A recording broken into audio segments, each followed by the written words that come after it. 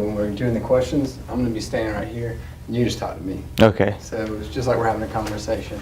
How you feeling? You good? Yeah. Okay.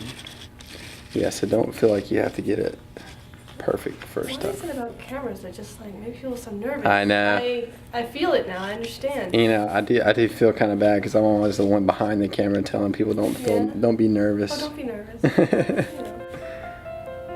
Well, my name's Francisco Sanchez. I am a third year here at UGA. I'm originally from Mexico, and I moved back and forth growing up, which was a good experience, and then finally settled in Marietta, where I finished high school at Marietta High School, and currently I'm studying finance. My name is Gail Polk, and I'm a third year in the College of Education. My name is Bailey Hurst. I am a social work major, and I'm a third year. I really wanted to have that college experience, and I think UGA really had it with the football, big campus, kind of diverse, getting to meet a lot of different people, and I thought that would be best, especially for me, being the first one in my family to be first generation in college. So I wanted to have the whole college experience. You know, you get hope here, which is a great thing, but you know, there's still a little bit more there that's not covered. And you know, what my parents make is not enough to, you know, have me here at school. So that scholarship really means a lot because it takes that burden off, that financial burden off, so I can really don't have to focus on thinking about how much debt I'm accumulating. Instead, I can just focus in school. Looking at the situation, a lot of people would say there's no way on God's green earth I should be going to UGA, but my mom didn't let me know that growing up, so she didn't which in turn didn't let me use it as an excuse. So then by the time I got to middle school and decided I want to go to UGA, I never looked at another college because that's where I wanted to go. She said it was going to happen, and we made it happen. And like scholarships like this really help, because some people might look and say, well, you get out of college with $13,000 in loan, like you're really lucky. But when you grow up and that's what your mom makes in a year, that's a lot to have like hanging up here over your head. So that's where I come from. That's why I'm really thankful for this. So I chose social work because of a lot of personal reasons, a lot of different things that happened in my childhood that could have been very different, and well, my life turned out very well for it is now, for where I am now, but things could have gone differently where maybe I wouldn't have lived in Valdosta, Georgia, maybe not have gone to UGA. That has to do with the DFACS program and the way that impacted my family. So I chose social work so that way I can get into DFACS, hopefully to write some policy and make some changes that will impact people in a good way. I actually had to make a very hard decision when I was only 13 years old to move to Georgia to live with my father.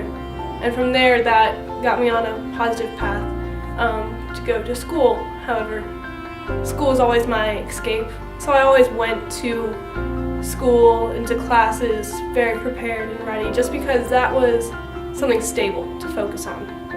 And my father died when I was 13, so that was another big obstacle, kind of off-putting. So then I escaped again with school and went off to UGA. A major obstacle since being in school, I have a daughter. She's 7 months old now. So that first semester back, last semester, was quite a challenge. But I did good. I think I pulled out all B's and A's that first semester, so that's good. And I've continued this semester with 19 hours. So 19 hours with a 6-month-old. Sleep isn't really a thing that happens. That's one big obstacle. I've gained so much confidence being here, just being in such a diverse and large environment, that I've really found who I am and really was able to find that confidence that I needed to really excel. I mean, I couldn't imagine ever the scholarships given me a lot of opportunities through them. They've sent me a lot of opportunities for internships, and that's how I got my Wells Fargo internship as a sophomore even.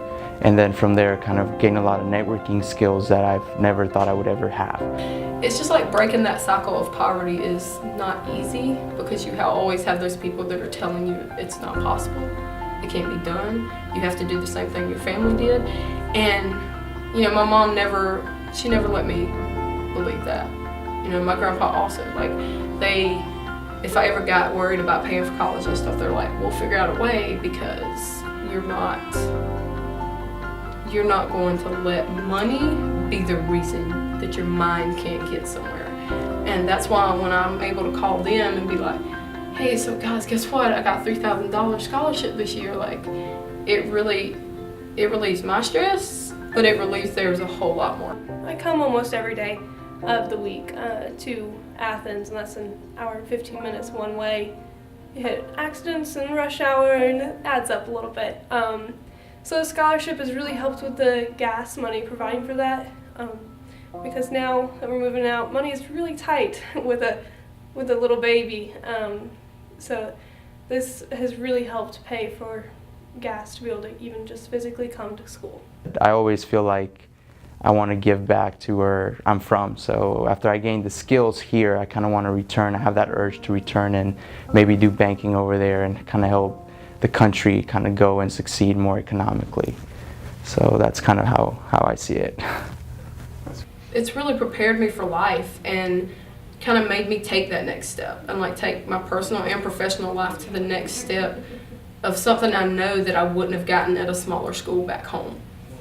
My plan is to teach for the 30 years I have to teach to get retirement, and then in my community, because I love it and I want to instill in those children that you don't have to do exactly what everyone else does just because you come from a small town. You can do whatever you want to do, and you can make a difference in the world.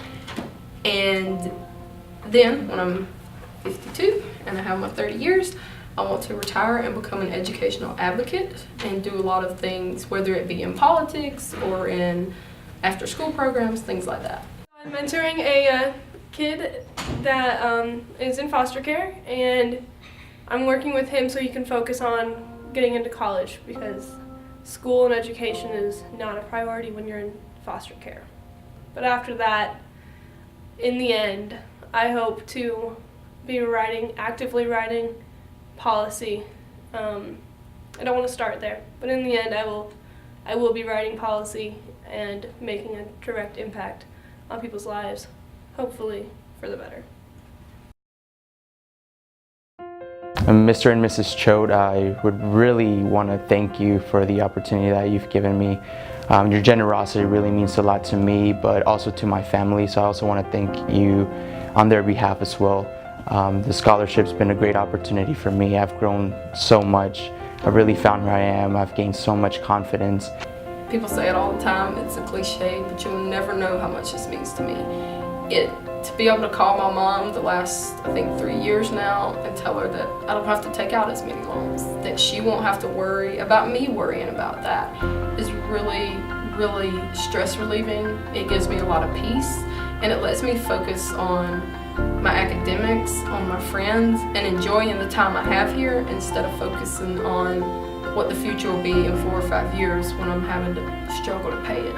By allowing me to continue to go to college, this degree will allow me to provide for my family. Thank you. I'm not sure what else to say, but just thank you so much, because I'm at a great point in my life that I never thought I would ever be. My grandpa, he's the greatest human being I've ever met. And, you know, he always told me that you can live your dreams, you can do whatever you want to do with education and things like that. And to just see the look on his face, like, that's what it means to me. To know that somebody is so incredibly proud of you and proud of you not because, oh, that's my family member that did that. Proud of you because they believed it from the time you were born and then you actually did it. That's what it means to me. Just to know that I was able to live up to that. Like, it's just amazing.